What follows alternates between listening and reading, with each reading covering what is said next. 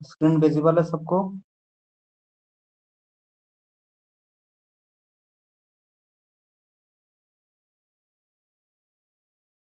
Is it visible to all of you?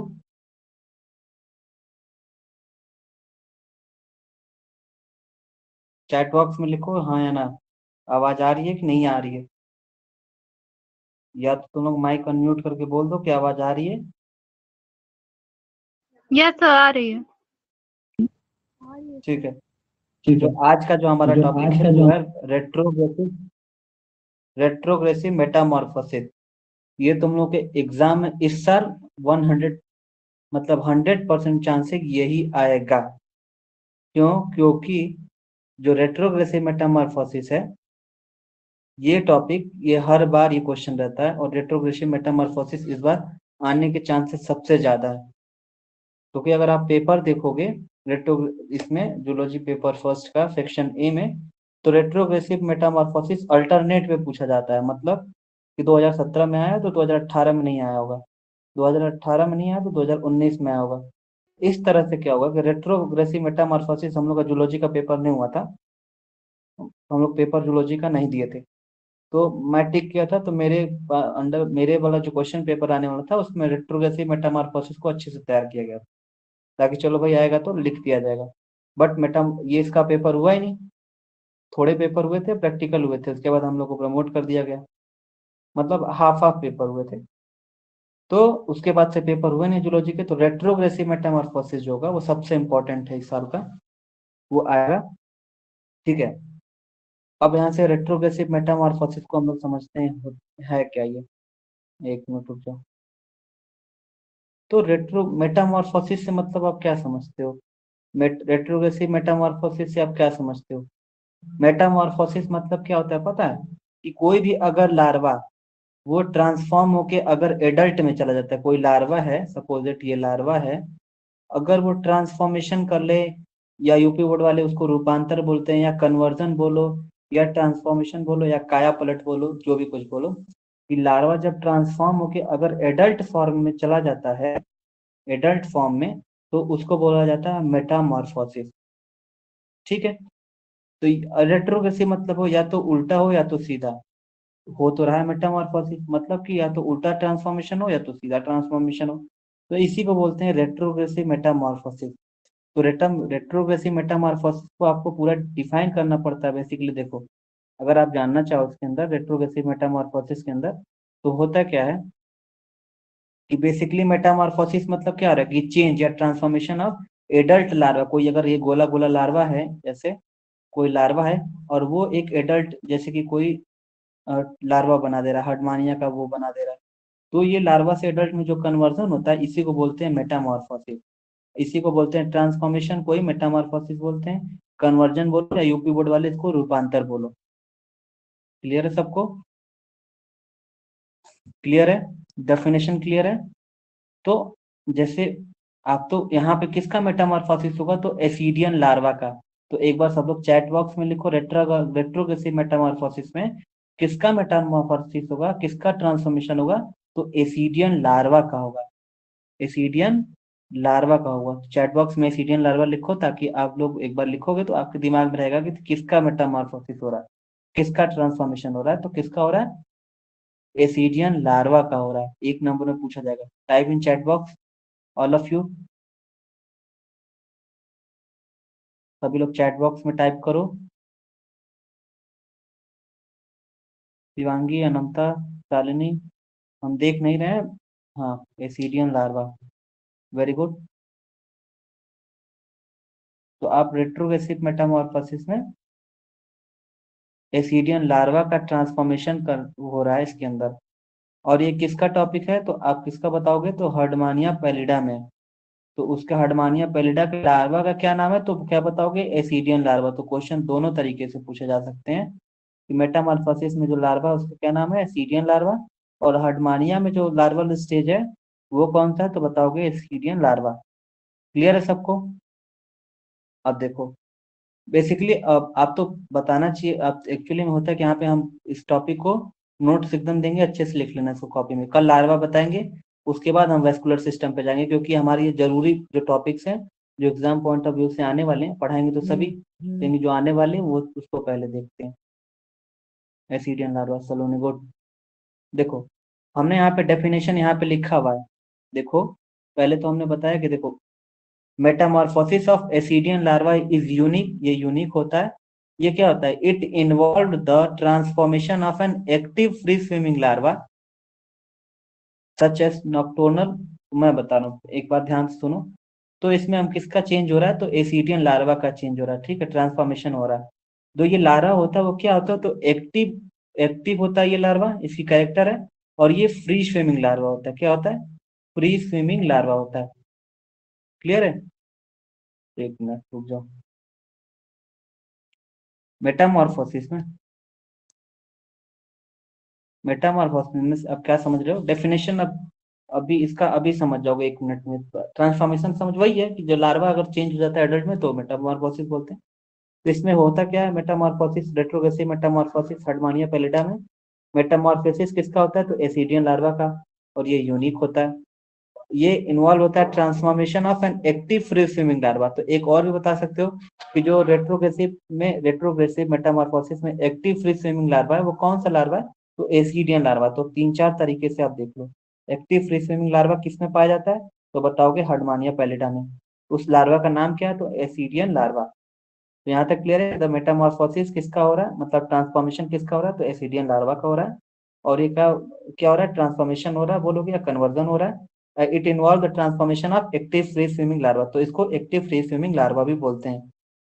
उसकी character क्या होती है? अब कैरेक्टर को देख लो। With advance character such as नॉक्टोरल, डॉर्सल न्यूट्रल ट्यूब एटसेट्रा। ठीक है, थोड़ा सा इसको ऊपर करते हैं। Into sedentary and simple adult.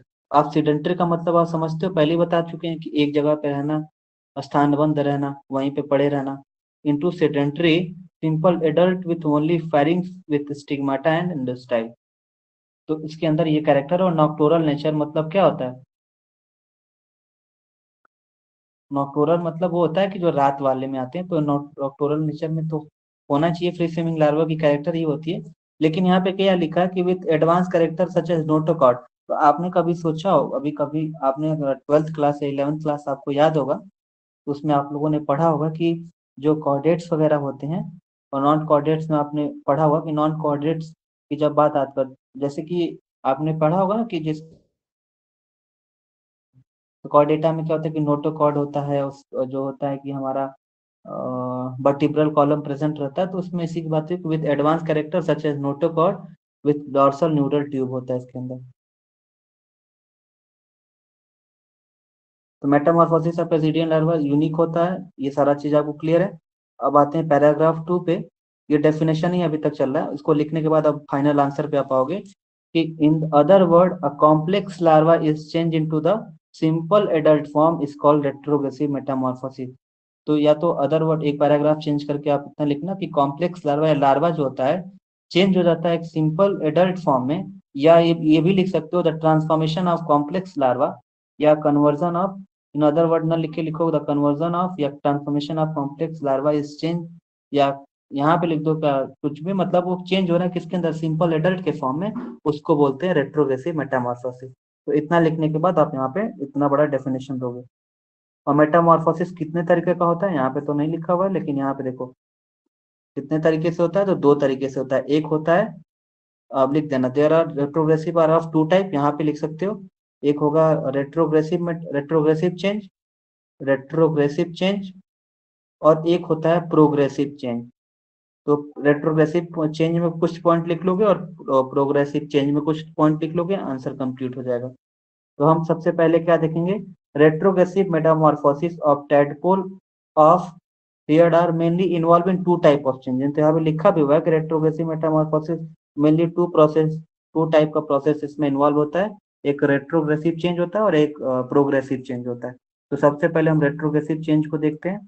Retrogressive Metamorphosis नहीं, ये चेंज है।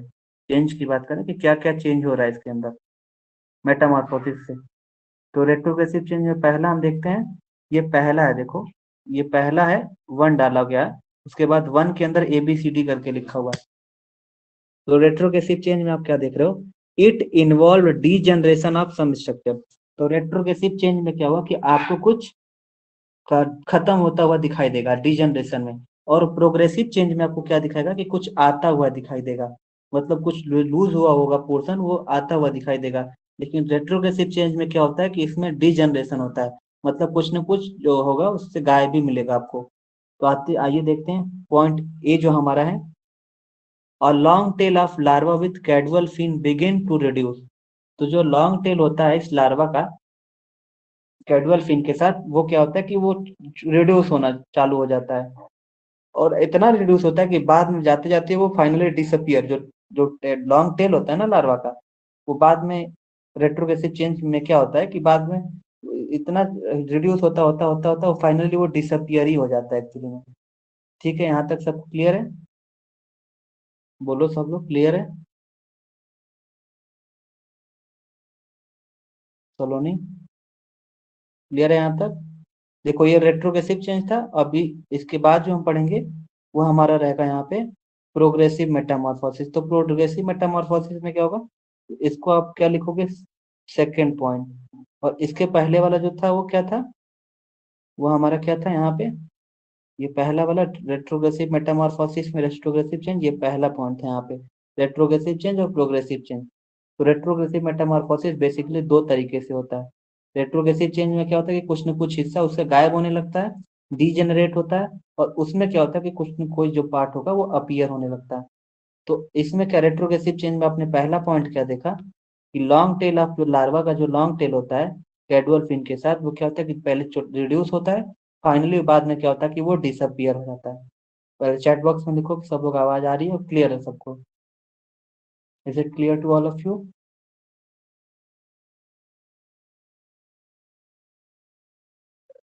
टाइप इन चैट बॉक्स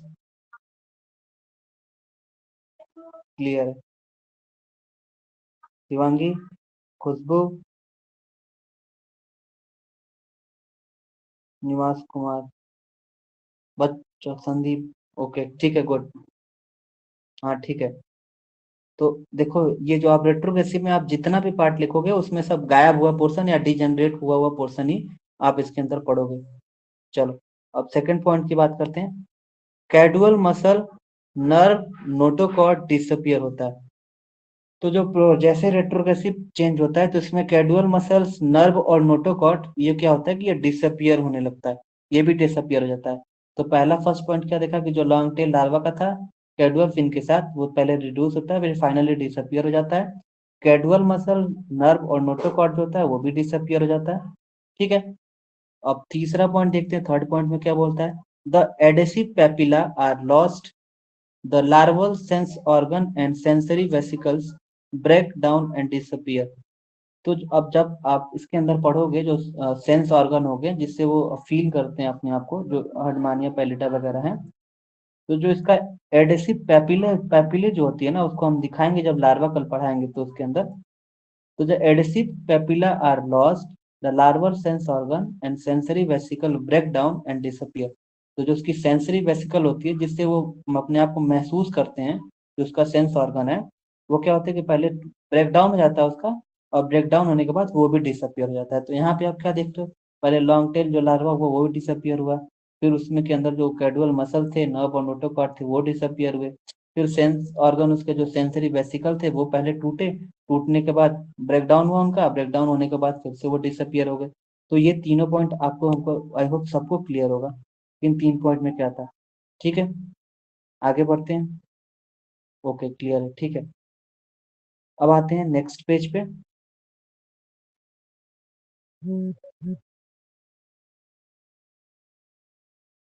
अब देखो फिर उसके बाद क्या आ रहा है, यदि ये तीन पॉइंट क्या क्या है एक बार रिवाइज करा देता हूँ आपको, एक बार फिर से देख लो कि रेट्रोग्रेसिव मेटामॉर्फोसिस में क्या मतलब क्या होता है कि उसका ट्रांसफॉर्मेशन या किसी चीज का कन्वर्जन, कोई लार्वा का कन्वर्जन एडल्ट फॉर्म में। अब जाहिर सी बात है जो हमारे जो 17 से 18 साल के जो भी बच्चे क्या बोलते हैं एडल्ट फॉर्म में रहते हैं, तो यही चीज है उसमें कि जो लार्वा से एडल्ट में जाएगा उसी को बोलते हैं मेटामॉर्फोसिस। तो उल्टा या सीधा हो उसी को बोलते हैं रेट्रोग्रेसिव। तो मेटामॉर्फोसिस ऑफ एसिडियन लार्वा यहाँ पे हो रहा है, और ये एसिडियन लार्वा कहाँ पर जाता है तो हार्डमानिया पैलिडा बताओगे, एक नंबर में पूछा जाएगा। जो फ्री स्विमिंग लार्वा जो पाई जाती है वो कौन है, तो बताओगे एसिडियन लार्वा है। तो किसमें पाई जाती है, तो हर्डमानिया पैलेडम में। तो किसी तरीके से एक नंबर में पूछा जा सकता है। फिर आपको डेफिनेशन यहाँ पे लिखना होगा तो बताओगे, इन other word the complex larva change into the simple adult form, इसको रेट्रोग्रेसिव मेटामॉर्फोसिस बोलते हैं। बेसिकली रेट्रोग्रेसिव मेटामॉर्फोसिस दो तरीके से होता है, एक रेट्रोग्रेसिव चेंज होता है, एक प्रोग्रेसिव चेंज। रेट्रोग्रेसिव चेंज में आपने क्या देखा कि किसी न किसी चीज का डिजनरेशन होना। ठीक है, तो डिजनरेशन में सबसे पहले तीन हम क्या देखे, तो पहले तीन में देखा कि जो लॉन्ग टेल था लार्वा का वो कैडुअल फिन के साथ वो पहले रिड्यूस होता है और फिर डिसअपियर हो जाता है। फिर हमने ये देखा कि कैडुअल मसल और नर्व नोटोकॉर्ड वो भी डिसअपियर हो गए।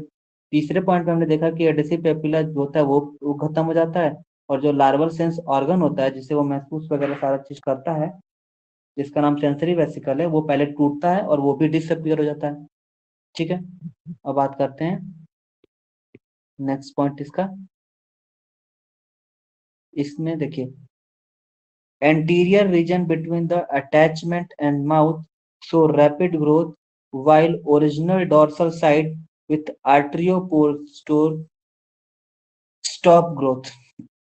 तो ये सारा आपका एंटीरियर रीजन, और ये कैसे इसका अटैचमेंट होता है माउथ के बीच में, और जो भी उसका कल मैं जब लार्वा का, जब टैडपोल लार्वा, जब एसिडियन एसिडियन लार्वा का बेसिकली जो दूसरा नाम है वो टैडपोल लार्वा। तो जो लार्वा होगा एसिडियन लार्वा, तो कल जो आपका लार्वा होगा वो लार्वा को हम बताएंगे कौन सा ऐसा लार्वा उस लार्वा का फिगर बनाने के लिए आता है, और लार्वा का डेवलपमेंट पूछा जाता है रेट्रोग्रेसिव मेटामॉर्फोसिस के बाद। तो उसको देखोगे आप। तो anterior region between the attachment and mouth, तो जो एंटीरियर रीजन होता है, ठीक है, और जो अटैचमेंट होता है किस माउथ के बीच में, वो क्या करता है कि रैपिड ग्रोथ शो करता है। लेकिन while original dorsal side with atriopore जो होता है वो ग्रोथ ही नहीं होता वहां पे। तो जो माउथ के पास जो अटैचमेंट होती है वहां पे तो ग्रोथ फर्स्ट फर्स्ट होती है लगभग लगभग में।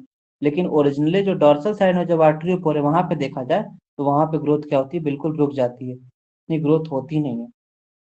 और this cause mouth shift finally position of branchial aperture in adult. तो इसी वजह से क्या होता है कि जो माउथ होता है शिफ्ट हो जाता है final position to the branchial aperture के साइड पे, वो पूरी तरह से माउथ जो शिफ्ट हो जाता है।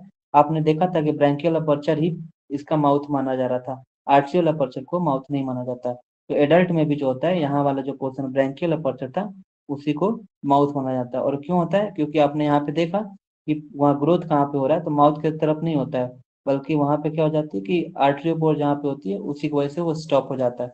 और इसी वजह से क्या होता है कि this cause mouth shift final position of branchial aperture. तो आपको रेट्रोग्रेसिव चेंज पता चल गया। बेसिकली वही तीन जरूरी है, उसको आप लिखना मत भूलिएगा। एक तो आपका जो टेल वाला पोर्शन है वो पहले रिड्यूस होता है फिर डिसअपियर हो जाता है। फिर आपके नोटोकॉर्ड हो गए, फिर मसल हो गए, कैडुअल मसल होते हैं वो भी रिड्यूस होना चालू हो जाते हैं और बाद में डिसअपियर हो जाते हैं। और एक आपका जो लास्ट वाला पोर्शन था वो भी क्या होता है कि वो पहले एडेसिव पेपिला था, सेंसरी जो ऑर्गन था इसका सेंसरी वेसिकल, वो पहले टूटता है फिर वो डिसअपियर हो जाता है। अब जो हम देखेंगे उसको हमारा क्या रहेगा, वो हमारा रहेगा प्रोग्रेसिव मेटामॉर्फोसिस। तो इसमें ना कुछ लॉस होने की उम्मीद नहीं होगी, देखना।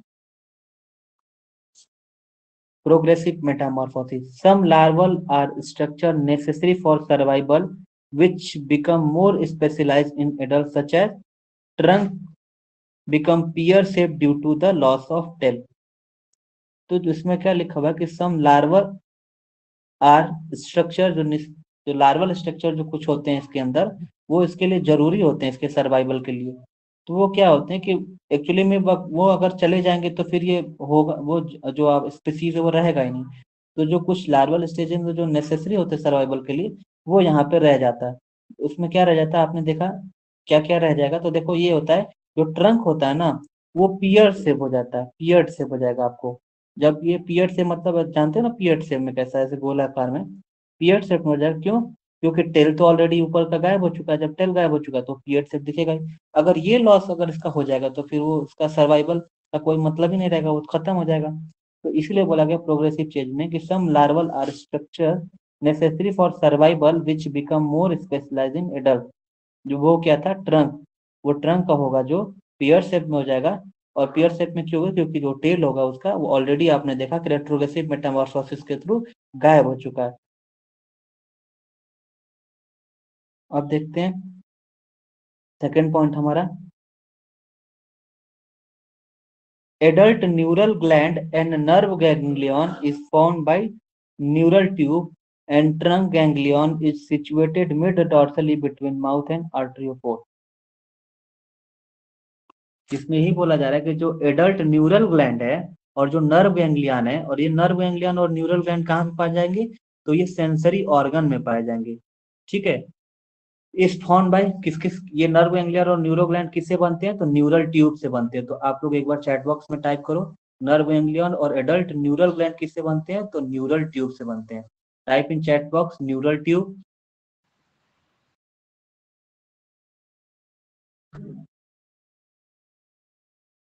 एक नंबर में पूछे जाएंगे, तो आप इसको अंडरलाइन करके एक जगह लिख सकना तुम लोग, कि जो एडल्ट न्यूरल ग्लैंड है और नर्व गैंग्लियन है वो कहाँ पे बनते हैं, तो बताओगे फॉर्म किसके द्वारा बनते हैं, तो न्यूरल ट्यूब के थ्रू बनते हैं।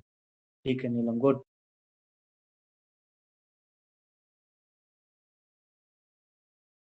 ठीक है,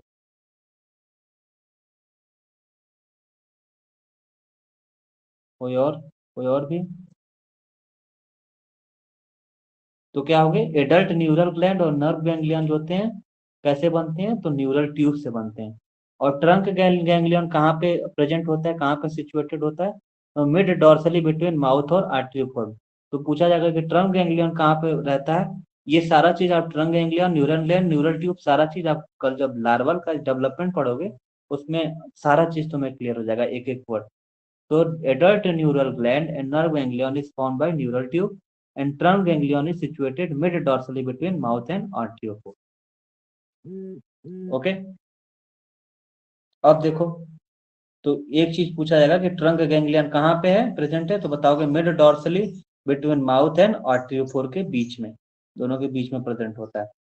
अब देखो जो थर्ड पॉइंट हमारा क्या है, वो क्या है, mouth become functional due to absorption of test covering and feeding begins by incoming ciliary water current. तो आपने पढ़ा था ना डाइजेस्टिव सिस्टम में, तो माउथ फंक्शनल क्यों होता है, अब कोई भी माउथ कैसे फंक्शनल होगा, तो जाहिर सी बात है किसी भी ऑर्गेनिज्म या स्पीसीज का माउथ तभी फंक्शनल होगा जब उसमें फीडिंग और डाइजेस्टिव सिस्टम पूरी तरह से कंप्लीट होगा। तो हार्डमानिया पैलिडा में ये सब सारा चीज कंप्लीट है। तो देखो वही लिखा हुआ कि mouth become functional due to absorption of test covering and feeding begin by incoming ciliary water current. तो फीडिंग कैसे बिगिन होता है, आपने पहले ही देखा था कि जो फूड पार्टिकल होते हैं वाटर करंट के साथ सीलिया के थ्रू अंदर आते हैं और ये सारा प्रोसेस डाइजेशन का इसमें शुरू होता है। तो जिसमें होता है कि प्रोग्रेसिव मेटामॉर्फोसिस में होता है कि माउथ इसमें क्या होता है कि फंक्शनल होते हैं। ये लिखना आपको बहुत जरूरी है। अब देखिए फोर्थ पॉइंट में आपका क्या लिखा हुआ है, pharynx greatly enlarged in size, blood vessel and stigmata are developed due to the rapid multiplication, so the branchial sac is formed। तो आपने देखा था डायलिसिस सिस्टम में, भाई फायरिंग्स जब बड़ा नहीं रहेगा तो कैसे होगा सारा प्रोसेस, फायरिंग्स में ही तो सारा प्रोसेस हो रहा है। फायरिंग्स में क्या होता है कि पानी आता है, उसके अंदर जितने भी ब्रैंकियल सैक का भी फॉर्मेशन होता है उसके अंदर। तो ये क्या होता है कि जो पानी होता है बचा हुआ पानी वो आर्ट्रियल अपर्चर के थ्रू बाहर निकल जाता है, अपने कल देखा था। तो ये बोल रहा है कि जब the pharynx greatly enlarge in size, तो बड़ा होता है साइज में, और blood vessel and stigmata are develop. तो ये सारे ब्लड वेसल भी और स्टिग्माटा भी आपने देखा हुआ है कहाँ पे प्रेजेंट है, अगर फिगर देखो तो अपना, ये सारे क्या होते हैं कि डेवलप होते हैं। क्यों, क्योंकि इसमें मल्टीप्लीकेशन होती रहती है बार बार, और इसी मल्टीप्लीकेशन होने के कारण जो होता है ये ब्रैंकियल सैक का फॉर्मेशन होता है, और इसी ब्रैंकियल सैक में लगभग लगभग सारे फूड पार्टिकल स्टोर होते हैं और यहाँ से जाते हैं इसोफेगस में, और इसोफेगस से जो हमारा स्टमक में, स्टमक से इंटेस्टाइन्स होते हुए और नस के थ्रू बाहर निकल जाते हैं। और आपका जो पानी वाला पोर्शन है पानी किसके थ्रू, तो आपको बताया था आर्ट्रियल अपर्चर से पानी बाहर जाता है। यहाँ तक क्लियर सबको? फिर से एक बार रिकैप देख लो इसका पूरा, हो क्या रहा था इसके अंदर। मैंने बोला था रेट्रोग्रेसिव प्रोग्रेसिव मेटामॉर्फोसिस में मतलब होगा कि गायब नहीं होगा, इसमें कुछ ना कुछ वो प्रेजेंट होगा। तो उसने बोला पहले पॉइंट में some larval are structure are necessary होता है इसके लिए, जो कि मैं बताया था कि जो नेसेसरी जिसमें ट्रंक था अगर वो भी गायब हो जाएगा तो फिर ये खत्म हो जाएगा, इससे कोई मतलब ही नहीं रहेगा। इसमें आपने देखा कि एडल्ट न्यूरल ग्लैंड और नर्व गैंग्लियन थे वो कैसे बनते हैं, तो न्यूरल ट्यूब से बनते हैं। ट्रंक गैंग्लियन कहाँ पे प्रेजेंट होता है, तो माउथ और आर्टरियोपोर के बीच में। माउथ इसमें क्या होता है कि फंक्शनल होता है, क्यों फंक्शनल होता है? Due to absorption of test covering. Feeding इसमें होती है, कैसे होती है तो आपने पहले जानते हैं आप लोग की कैसे होता है, जब पानी और वाटर करंट और फूड पार्टिकल सीलिया के माध्यम से जब अंदर आते हैं फेरिंग्स के अंदर, तो ये सारा प्रोसेस होता है, इसीलिए माउथ इसमें क्या होता है कि फंक्शनल होता है।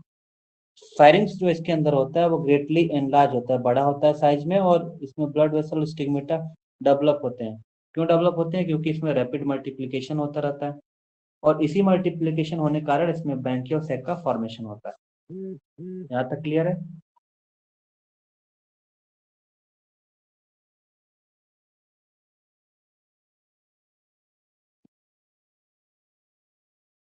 क्लियर सबको? अब देखो ई वाला पॉइंट हमारा देखो क्या है, इसके बाद मतलब चौथा पॉइंट हमारा बोल सकते हैं, पांचवा पॉइंट बोलोगे यहाँ पे। स्टमक इसमें क्या होता है कि एनलार्ज होता है, इंटेस्टाइन इलोंगेट होता है एंड कर्व होता है, और लिवर इसमें डेवलप होता है। तो प्रोग्रेसिव चेंज में बोला था ना कि कुछ गायब नहीं होगा इसमें, लगभग लगभग बड़े छोटे होंगे या कोई ना कोई चीज डेवलप होगा। तो पांचवें पॉइंट में बोलोगे कि स्टमक जो होता है वो बड़ा होता है, इंटेस्टाइन इसमें क्या होती है कि इलोंगेटेड होती है, और कर्व भी होगी इसके अंदर, और लिवर इसमें फुली डेवलप होगा। अब बताओ कि सर्कुलेटरी सिस्टम जो होगा इसके अंदर, circulatory system with heart and pericardium develop होता है, और इसके अंदर गोनाड्स और गोनोडक्ट्स भी अपीयर होने लगते हैं लार्वल के मेसोडर्म के फॉर्म में। तो इस सारा चीज क्या चैट बॉक्स में क्या दिक्कत है सर? हम बाद में देख लेंगे, तो ज्यादा मुश्किल है। कोई दिक्कत नहीं, आप निद्रा में हो तो बाद में देख लेना। रिकॉर्डेड वीडियो तो आपका रहेगा ही। लाइव में इसलिए बोलता हूँ ताकि आपको कोई दिक्कत हो तो आप तुरंत रुकवा के आप बता सकते हो कि हाँ यहाँ दिक्कत है। तो सर्कुलेटरी सिस्टम क्या होती है इसके अंदर? शिवांगी, छाया, सलोनी, कि इसमें होता है कि सिस्टम प्रेजेंट रहती है इसके अंदर। तो इसमें क्या होता है कि सर्कुलेटरी सिस्टम में जो हार्ट होता है इसके अंदर पेरिक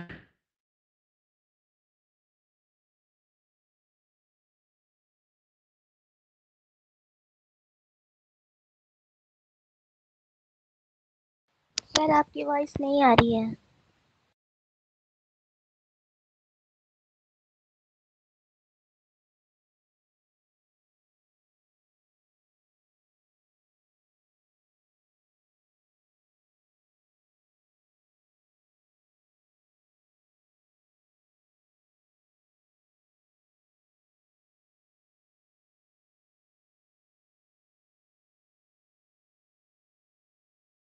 clear sir voice?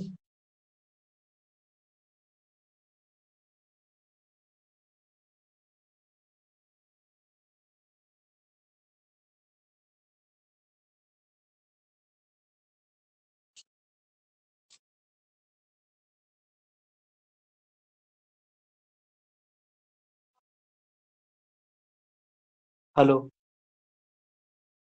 Hello hello. Yes sir अब आ रही है। यस सर आ रही है भाई। पीडीएफ को शेयर कर रहे हैं, बताना।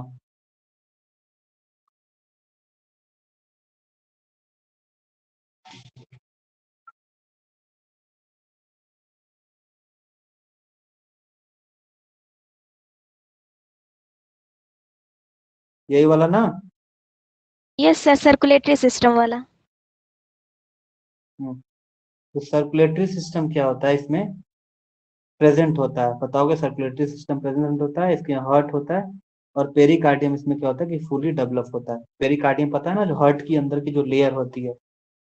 और क्या होता है इसके अंदर, गोनाड और गोनोडक्ट्स जो होते हैं वो भी अपीयर होते हैं। किसके कारण? प्रोग्रेसिव चेंज होता है, तो लार्वल मेसोडर्म के कारण इसमें गोनाड और गोनोडक्ट भी।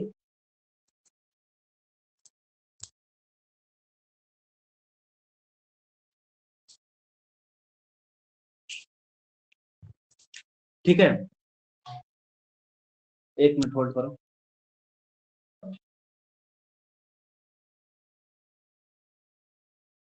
सर्कुलेटरी सिस्टम विथ हार्ट, मतलब सारा चीज पेरिकार्डियम और गोनोड और गोनोडक्ट इसमें क्या होते हैं, अपीयर होते हैं। Circulatory system with heart and pericardium इसमें पूरी तरह से डेवलप होता है। तो I think fifth point clear है सबको? Is it clear to all of you?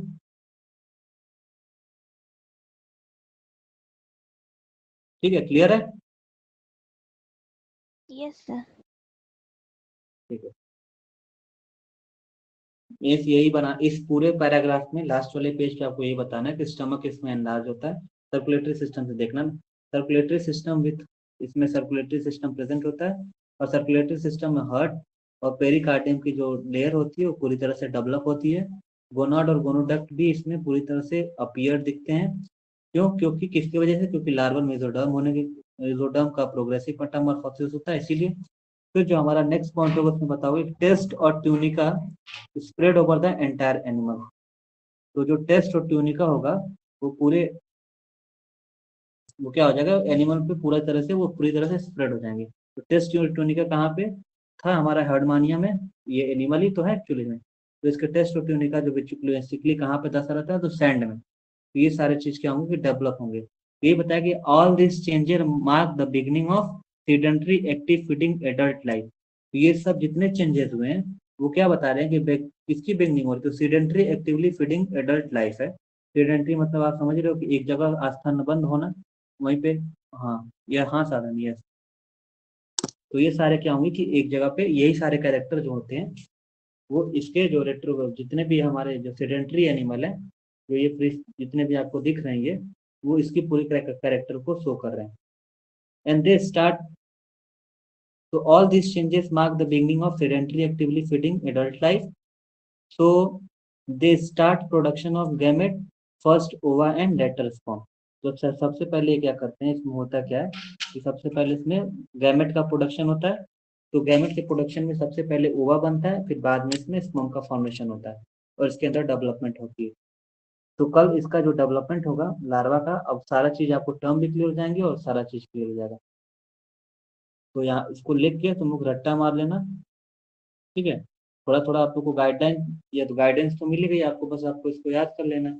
Retrogressive Metamorphosis का मतलब क्या है, प्रोग्रेसिव में पता है कि क्या करना है, और रेट्रोग्रेसिव में क्या होता है कि सारे चीज जो डिसअपियर होने लगते हैं, और इसमें क्या होते हैं कि जो प्रेजेंट रहेंगे। जब ये प्रेजेंट ही नहीं रहेंगे तो वो स्पीसीज यहाँ पे रहेगा ही नहीं, गायब हो जाएगा। Is it clear to all of you? Yes, sir. ठीक है, तुम लोग अब लीव कर सकते हो। इसका नोट्स हम ग्रुप में भेज देंगे, और इसको नोट करके और ये सारा टॉपिक याद करके रखना। कल संडे है, तो ईथर एन एपी ऑक्साइड का कल टेस्ट होगा, जिसमें पूरे पिछले 10 साल के क्वेश्चन पेपर्स रहेंगे। तो सब लोग आप लोग लीव कर सकते हो। कोई क्वेरी होगी तो जो हमारा वो टेलीग्राम का जो ग्रुप है उसमें मैसेज करना, या पर्सनली भी मैसेज कर सकते हो। Thank you.